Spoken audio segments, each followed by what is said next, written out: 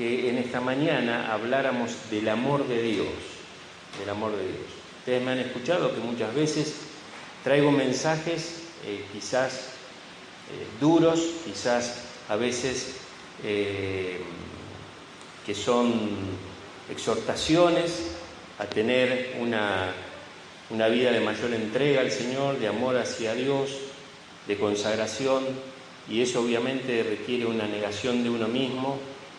Pero en esta mañana yo quiero hablar al revés, quiero hablar del amor de Dios. Y en estos domingos iremos hablando de distintos atributos de Dios, pero el domingo próximo, como ahora, vamos a hablar sobre el amor de Dios.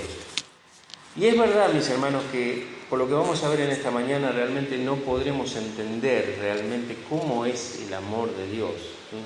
Nada que ver con nuestro amor, nada que ver con nuestra forma de creer o de sentir el amor. Por lo tanto, creo que es importante que, digamos, en esta mañana prestemos más que nada atención a la misma palabra de Dios, no tanto lo que yo diga, porque Dios se manifiesta realmente a través de uno de sus atributos, que es el amor, y creo que la palabra gratitud y gracias va a ser la más chica que podamos decirle a Dios de todo lo que Él realmente es. Y en este tiempo, donde el amor humano está tan degradado, y esto ocurre, digamos, claramente porque la Biblia ya lo dice, por ejemplo, en 1 Juan 4:8, que el que no ama, y el que no ama se refiere al que no ama como realmente es el amor, ¿no es cierto? Hoy confundimos el amor con pasión, con atracción, ¿no es cierto? La gente sin Dios habla del amor quizás, digamos, expresándolo en alguna relación íntima y a lo mejor afectiva con ciertas situaciones o con ciertas personas, y ese amor después se desvanece, desaparece. Por eso el matrimonio hoy prácticamente se está extinguiendo digamos, en todos aquellos que no conocen a Dios. Y como yo decía, 1 Juan 4:8 dice que el que no ama no ha conocido a Dios. No ha conocido a Dios. Y así como el domingo pasado Cristian nos trajo una palabra muy, muy buena y realmente para nuestra gran reflexión sobre lo que significa la salvación. La salvación del hombre está muy vinculada al amor de Dios, al amor de Dios. Y es por eso que lo que vamos a ver en esta mañana nos va a ayudar de alguna forma a tener un vislumbre, porque indudablemente, como dije, nos va a ser muy difícil entender lo que es el amor verdadero de Dios, ¿no? La Biblia enseña atributos de Dios. Atributos, por ejemplo, inexpresables o indecibles. Por ejemplo, Dios es omnipotente, es omnisciente, es omnipresente. Y nadie más que Él puede serlo, mis hermanos. Nadie más. Entonces, estos atributos de Dios, esta esencia de Dios, forman parte de lo que podríamos decir la vida de Dios. La vida de Dios. Dios está en todo lugar al mismo tiempo, conoce todas las cosas sin que se le escape ningún detalle, no solamente las cosas presentes, las cosas pasadas y las cosas futuras, y Él tiene todo poder. Y solamente Dios y nada más que Dios puede tener estas perfecciones, estos atributos que realmente son inexpresables e indecibles. Pero también Dios tiene otros atributos que en realidad corresponden a su naturaleza. Y la naturaleza de Dios se manifiesta mediante atributos que Dios tiene en grado infinito y que al ser humano se le ha dado digamos, en forma limitada. Y dentro de esos atributos se encuentra también su perfecto amor. Su perfecto amor.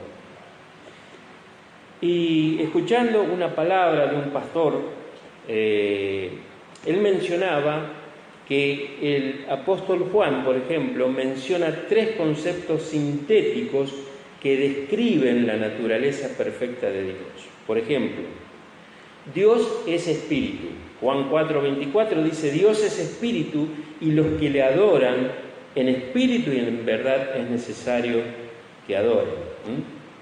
Es decir, el Dios que nosotros conocemos no es un espíritu limitado, es el espíritu absoluto, infinito, supremo. Dios es espíritu. Y hermanos, Dios como espíritu no está contenido ni por el tiempo, ni por el espacio, ni por la materia. No hay forma de contener el espíritu de Dios. También dice Juan, pero en su primera carta, capítulo 1 y versículo 5, que Dios es luz. No solamente Dios es espíritu, sino que Dios es luz. Y las tinieblas en la Biblia están vinculadas al mundo del pecado, al mundo de la muerte. Y en Dios, dice la palabra, no hay tinieblas porque Dios es luz. Dice Juan, allí en 1 Juan 1:5, este es el mensaje que hemos oído de Él y les anunciamos, Dios es luz y ninguna tinieblas hay en Él. Es decir, que Dios es lo opuesto a las tinieblas. Todo lo que en el mundo se puede ver, se puede oír, se puede quizás experimentar, está bajo un mundo de tinieblas, gobernado o dirigido por el propio Satanás. Y Dios no tiene nada que ver con este mundo, en el sentido de que Él es luz, no hay ninguna tiniebla en Él, es decir, esto es algo quizás muy grande para que nosotros lo podamos comprender, porque hemos nacido en pecado. Nosotros no sabemos lo que es la perfección, lo que es la absoluta santidad, lo que es vivir en un ambiente donde no hay transgresión, donde no hay pecado, donde no hay oscuridad, hermanos, porque no hemos experimentado todavía eso. Solamente cuando estemos en la presencia de Dios podremos ver que Dios es luz. Pero Juan también dice que Dios es amor. Dios es amor. Y por ejemplo hay dos versículos en 1 Juan, capítulo 4, que lo describen esto. Por ejemplo, el versículo 8 de 1 Juan 4 dice, el que no ama no ha conocido a Dios, porque Dios es amor. Es lo que yo mencionaba al principio. ¿Por qué el que no ama no ha conocido a Dios? Porque Dios es amor. Es amor. Y el versículo 16 dice, y nosotros hemos conocido y creído el amor que Dios tiene para con nosotros. Dios es amor. Vuelve a repetir el apóstol Juan. El apóstol que seguramente estuvo muy cerca de Jesús, experimentando el amor cariñoso, afectuoso, misericordioso, paciente del Señor para con Él, por supuesto, para con los demás discípulos, ¿no es cierto? Ahora, el amor de Dios no es un amor limitado, sino un amor infinito. El amor es mucho más grande que la bondad. Dios, en esencia, es bondad también, pero la diferencia está que el amor es la bondad que busca un acercamiento. Es decir, en el amor Dios se acerca al hombre. En el amor de Dios uno puede ver que Él se aproxima y quiere tener comunión con nosotros, quiere tener contacto con nosotros, quiere acercarnos a nosotros. De hecho, la palabra de Dios en Santiago dice, acercaos a Dios y Él se acercará a vosotros, porque Él está dispuesto a tener un contacto de amor con nosotros, hermanos. Y el amor que Dios es esa perfección que lleva a Dios a entregarse a sí mismo, y se entrega en favor de otro, en este caso del hombre, de la mujer. El domingo próximo, si Dios quiere, vamos a ver el ejemplo del amor del Señor Jesucristo, pero también vamos a ver un ejemplo en el Antiguo Testamento, donde Dios pone un ejemplo muy claro y digamos, podríamos decir así, de alguna forma impensado, increíble, de cómo es el amor de nuestro Dios. Pero lo vamos a ver el próximo domingo. Pero hoy quisiera hablar un poco de las características del amor de Dios, y es lo que ahora quiero compartirles. En primer lugar, hermanos, el amor de Dios no tiene condiciones. Nosotros somos inmerecedores del amor de Dios. En realidad nosotros sabemos que el hombre ha rechazado siempre a Dios. De hecho, la Biblia dice que no hay ni siquiera uno que busque a Dios. No hay uno. Y a pesar de eso, Dios nos ama. A pesar de eso, Dios nos ama. Vamos a ver algunos textos para que nosotros podamos entender algunas cosas de lo que Dios nos muestra con esa característica de incondicional, porque Dios no pone condiciones para expresar su amor. Primera Pedro, capítulo 2, dice lo siguiente, Primera Pedro, capítulo 2, versículos 9 y 10. Dice así, Primera Pedro, capítulo 2, 9 y 10. Mas vosotros sois linaje escogido, real sacerdocio, nación santa, pueblo adquirido por Dios, para que anunciéis las virtudes de aquel que os llamó de las tinieblas a su luz admirable. Vosotros que en otro tiempo no erais pueblo, pero que ahora sois pueblo de Dios, que en otro tiempo no habíais alcanzado misericordia, pero ahora habéis alcanzado misericordia. Acá nosotros deberíamos preguntarnos si podemos entender que Dios nos ame a pesar de ser nosotros tan pecadores y tan independientes, siendo Él un Dios tan santo. Él dice acá en este pasaje de Pedro que nosotros no éramos pueblo, estábamos alejados, no teníamos la posibilidad de alcanzar misericordia, de ser buscados por Dios y ser atraídos a Él y ser amados por Él. Sin embargo, dice Pedro acá, en otro tiempo no habíais alcanzado misericordia, pero ahora habéis alcanzado misericordia. Es decir, el amor de Dios es el que realmente sustenta el hecho de que nosotros podamos llegar a conocerlo. Y como dije antes, nuestra salvación se basa en el amor inmenso de Dios, sin condiciones. Recuerden ese versículo de Romanos 5:8 muy conocido que dice: mas Dios muestra su amor para con nosotros en que siendo aún pecadores, Cristo murió por nosotros.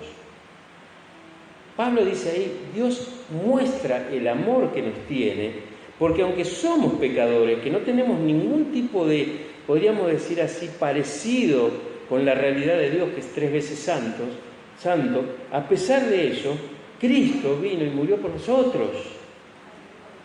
Y esto realmente no lo podemos entender. Ahora, Dios hace esto porque es un Dios bondadoso, un Dios misericordioso, un Dios amoroso. Y sabemos que no es porque nosotros amamos a Dios que Él nos ama. Vamos a leer un par de textos en Primera Juan. Primera Juan, muy cerca de ahí de Primera Pedro. Primera Juan, capítulo 4, dice así la palabra de Dios. Versículo 10. En esto consiste el amor. No en que nosotros hayamos amado a Dios, sino que Él nos amó a nosotros y envió a su Hijo en propiciación por nuestros pecados.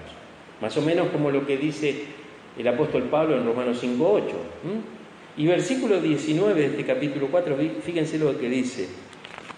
Dice, nosotros le amamos a Él porque Él nos amó primero. Ustedes se dan cuenta, hermanos, que nosotros no podemos llegar a entender que el amor de Dios no tiene condiciones, porque realmente nosotros no éramos dignos de ser tenidos en cuenta. Sin embargo, a pesar que la palabra nos dice una y otra vez que somos pecadores, que no somos merecedores, sino todo lo contrario, inmerecedores del amor de Dios, Dios nos amó. Dios nos amó.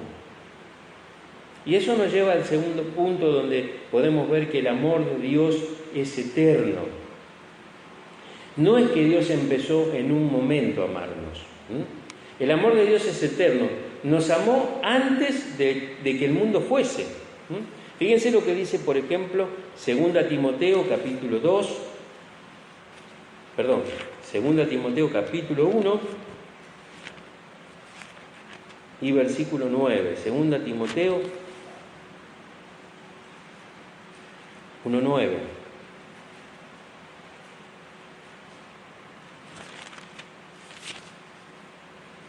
¿Quién nos salvó? Dice acá el apóstol Pablo. y llamó con llamamiento santo, no conforme a nuestras obras, sino según el propósito suyo y la gracia que nos fue dada en Cristo Jesús antes del tiempo de los siglos. ¿Alguien puede entender esto, que Dios nos ha llamado antes de que existiera el planeta? Antes de que comenzaran los siglos a transcurrir. Nos amó, dice acá. Nos amó. Ni hablar lo que dice Jeremías 31:3. Jehová se manifestó a mí hace mucho tiempo diciendo: con amor eterno te he amado, por tanto te prolongué mi misericordia. Y a veces uno entiende la eternidad como algo futuro que nunca terminará, pero la eternidad no tiene principio tampoco. Es decir, el amor eterno es un amor que siempre existió por nosotros, a tal punto que en un momento Dios decidió mandar a Jesucristo para morir por nuestros pecados. ¿Por qué? Por amor. Pero también el amor de Dios es infinito. Efesios 2:4 dice: pero Dios, que es rico en misericordia, por su gran amor con que nos amó. No podemos calcular la cantidad de amor que Dios tiene por nosotros, hermanos. Acá el apóstol trata de decir que es por su gran amor. Quizás es la palabra que en ese momento vino a su mente y él escribió, pero dice acá: por su gran amor con que nos amó. Y miren, es necesario un amor muy grande para amar a pecadores tan grandes. Nosotros sabemos que en nuestro nivel humano no tenemos paciencia, no tenemos muchas veces amor, y cuando somos afectados, heridos, cuando nuestro quizás orgullo o reputación es tocada, realmente reaccionamos y muchas veces no perdonamos. Sin embargo, dice acá que Dios tiene un gran amor con el cual nos amó, como dijimos antes, desde la eternidad, antes de que todo existiera. Nosotros obviamente no estábamos ni ahí. Y hoy, después de tantos siglos, y no sabemos los siglos que pudo haber pasado hasta que realmente uno pudiera entender que el amor de Dios ya estaba presente sin tiempo para atrás, porque el tiempo fue puesto para nosotros, ya Él nos amó. Fíjense lo que dice Juan capítulo 13, versículo 1. Antes de la fiesta de la Pascua, sabiendo Jesús que su hora había llegado, para que pasase de este mundo al Padre, como había amado a los suyos que estaban en el mundo, los amó hasta el fin. Los amó hasta el fin. Los amó hasta el extremo, hasta lo máximo, quiere decir. No quiere decir que lo amó hasta el fin de sus días. Lo amó hasta lo máximo que podía amar. De hecho, cuando nosotros vemos en la cena, en la última cena donde Jesús está con sus discípulos, Él dice, el Señor Jesucristo: cuánto he deseado estar con ustedes en esta cena. Dios haciendo eso por el hombre rebelde, incrédulo, que rechaza a Dios, que rechaza el amor de Dios, que rechaza la salvación de Dios. Dios haciendo eso, mostrando su gran amor, como dice acá, los amó hasta el fin, hasta lo máximo que podía amar. Y sabemos que lo máximo que Jesús podía amar era hasta dar su vida. Los amó hasta dar su vida. Por ejemplo, Efesios 3:19 dice: y de conocer el amor de Cristo que excede a todo conocimiento, para que seáis llenos de toda la plenitud de Dios. Así es el amor de Dios, hermanos. No podemos entenderlo porque excede todo conocimiento. Pablo dice: conocer el amor de Cristo que excede todo conocimiento. O sea, ni el más desarrollado en su cerebro, en su mentalidad, puede comprender cómo es que Dios nos ama tanto. El amor de Dios también es soberano, hermanos.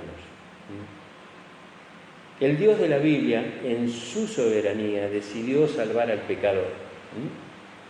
Él decidió salvar al pecador. Dice Juan 1:5 que Él nos escogió el amor, habiéndonos predestinado para ser adoptados hijos suyos por medio de Jesucristo, según el puro afecto de su voluntad. Son palabras muy profundas que nosotros se nos escapan la profundidad porque las leemos como un conjunto de palabras que tienen sentido, pero que no sabemos todo lo profundo que esto significa. Dice que Él nos escogió en amor. No fue simplemente decir, bueno, quiero a esta persona, quiero a esta... No, lo hizo porque nos amó, nos ama y nos amará. Y Él dice acá que nos predestinó para ser adoptados hijos suyos por medio de Cristo, según el puro afecto de su voluntad. No había nada en nosotros, pero Dios decidió en su soberanía amarnos para salvarnos. El amor de Dios es un amor soberano. Como Dios es Dios y por lo tanto no tiene obligaciones con nadie, Él es libre de amar a quien Él quiere. Fíjense que Romanos 9:13 dice, a Jacob amé, mas a Esaú aborrecí. Y en otro pasaje de Deuteronomio 7:8, refiriéndose a Israel, dice, no por ser vosotros más que todos los pueblos, os ha querido Jehová y os ha escogido, pues vosotros erais el más insignificante de todos los pueblos, sino por cuanto Jehová os amó y quiso guardar el juramento que juró a vuestros padres. Dios es amor, pero otro atributo es que Dios es fiel. Están unidos. ¿Se acuerdan que vimos hace unos miércoles atrás en una reunión de oración que yo compartía de que, hablando del libro de Deuteronomio capítulo 2, Dios bendijo a pueblos paganos, como por ejemplo los descendientes de Saúl, los descendientes de Moab, los descendientes de Amón, que eran descendientes que rechazaban a Jehová, al Dios verdadero. Sin embargo, porque Dios había prometido que le iba a dar una tierra a Saúl, otra a Moab y otra a Amón, Dios cumplió y se la dio. Y al pueblo de Israel le dijo en el Deuteronomio capítulo 2, no les voy a dar nada a ustedes. Eso yo se lo prometí a ellos y de ellos será, a pesar de que eran pueblos paganos. Imagínense, hermanos, si Dios nos promete a nosotros que somos sus hijos, ¿cómo no va a cumplir en fidelidad esas promesas? Dios prometió a Abraham, Isaac y Jacob que les daría un lugar, que ellos serían el pueblo de Él. Y acá dice que Él guardó el juramento por el que juró que Él sería su Dios. Y cumplió. ¿Y por qué? Por amor. Seguimos sin entender. Pero Él ama a quien Él desea. Y finalmente, hermanos, otra característica del amor de Dios es que es inalterable. A través de otros de los atributos de Dios podemos saber que Dios no tiene cambios. Dios es siempre así. ¿Cómo? Santiago 1:17 dice, toda buena dádiva y todo don perfecto desciende de lo alto del Padre de las luces, en el cual no hay mudanza ni sombra de variación. Dios es inalterable, y por lo tanto su amor también lo es. Su amor es inalterable, es invariable. Y hay un pasaje que a mí me gusta mucho, de hecho lo tengo en mi perfil de WhatsApp, es un texto que siempre me ha gustado y forma parte de una promesa maravillosa de Dios que está en el libro de Romanos capítulo 8, y dice en el versículo 35, ¿quién nos separará del amor de Cristo? ¿Quién? tribulación, o angustia, o persecución, o hambre, o desnudez, o peligro, o espada. Y más adelante, el versículo 38, dice Pablo: por lo cual estoy seguro de que ni la muerte, ni la vida, ni ángeles, ni principados, ni potestades, ni lo presente, ni lo porvenir, ni lo alto, ni lo profundo, ni ninguna otra cosa creada nos podrá separar del amor de Dios que es en Cristo Jesús, Señor nuestro. Nada ni nadie podrá separarnos del amor de Dios. Y en el listado de Pablo hay dos separadores, podríamos decir. Hay dos separadores que pueden ser amenazas potenciales a una relación cristiana con el amor de Dios. Pero Pablo niega la efectividad de ambas. El primer tipo se refiere a aquellos enemigos nuestros naturales, como personas viviendo en un mundo imperfecto y ajeno a Dios. La pobreza, el hambre, los desastres naturales, la persecución. Esto no nos pueden separar del amor de Dios. Al leer la lista y pensar en las experiencias que tuvo el apóstol Pablo y que él cuenta, ¿no es cierto?, en los libros de Corintios sobre todo, ¿no? Él tiene palabras de seguridad que a pesar de lo que él vivió, no fue separado del amor de Dios. Y tampoco nos separará a nosotros si tuviéramos que pasar por estos sufrimientos, hermanos. Y la segunda clase de enemigos que uno podría encontrar en la misma naturaleza de las cosas se refiere, por ejemplo, a la muerte, la vida, los ángeles, los poderes de Satanás y todo lo que pueda caer dentro de esta categoría. ¿Pueden separarnos estas cosas del amor de Dios? No. Pablo responde que estas cosas tampoco nos pueden separar del amor de Dios, porque Dios es más que todas esas cosas. Y su amor es mucho mayor. Y entonces esto no lo podemos entender, mis hermanos. Él nos ama a pesar de lo que somos. Dios es capaz de perdonar cualquiera de mis transgresiones, restaurarme a pesar de mis pecados. Cuando tropiezo y caigo, cuando trasgredo la voluntad de Dios, cuando me opongo en mi vida a su santidad, lo único que Dios pide es que confiese mi pecado y otra vez se restaura la relación. Así es el amor de Dios. No se puede expresar con palabras, no se puede comprender, pero no hay duda de que Dios es un Dios de amor. Y por supuesto está entrelazado con su bondad, con su misericordia, con su paciencia, con su longanimidad. Pero es importante que nosotros en esta mañana podamos decirle al Señor: gracias porque me amás. No me ama Dios cuando hago las cosas bien y cuando las hago mal no me ama. Dios me ama siempre, siempre me ama. Por eso uno puede leer la fidelidad de Dios. ¿Por qué? Porque la fidelidad de Dios está atada a su amor y a sus promesas de amor por nosotros. Es más, la Biblia dice que si fuéramos infieles, Dios permanece fiel. ¿Fiel a qué? Fiel a su amor, inquebrantable. Y como vimos hoy, un amor que no tiene condiciones, que es eterno, que es infinito, que es soberano y que es inalterable. Dios me ama como soy, como estoy, y me seguirá amando siempre. A veces no lo puedo comprender. Y yo esta mañana estaba allí muy temprano en la cocina, pero miraba hacia afuera y sentía los pájaros, las aves cantar de alegría. Imagínense, vino agua. Los pájaros están re felices, hermano. La naturaleza en sí, los árboles, las plantas. Y yo pensaba, ¿cómo puede haber gente que no cree en Dios? Puede haber dudas de quién es Dios, quizás gente que no cree en Jesucristo, pero ¿cómo no creer que hay alguien que ha hecho todo esto, lo sustenta y Él lo sostiene?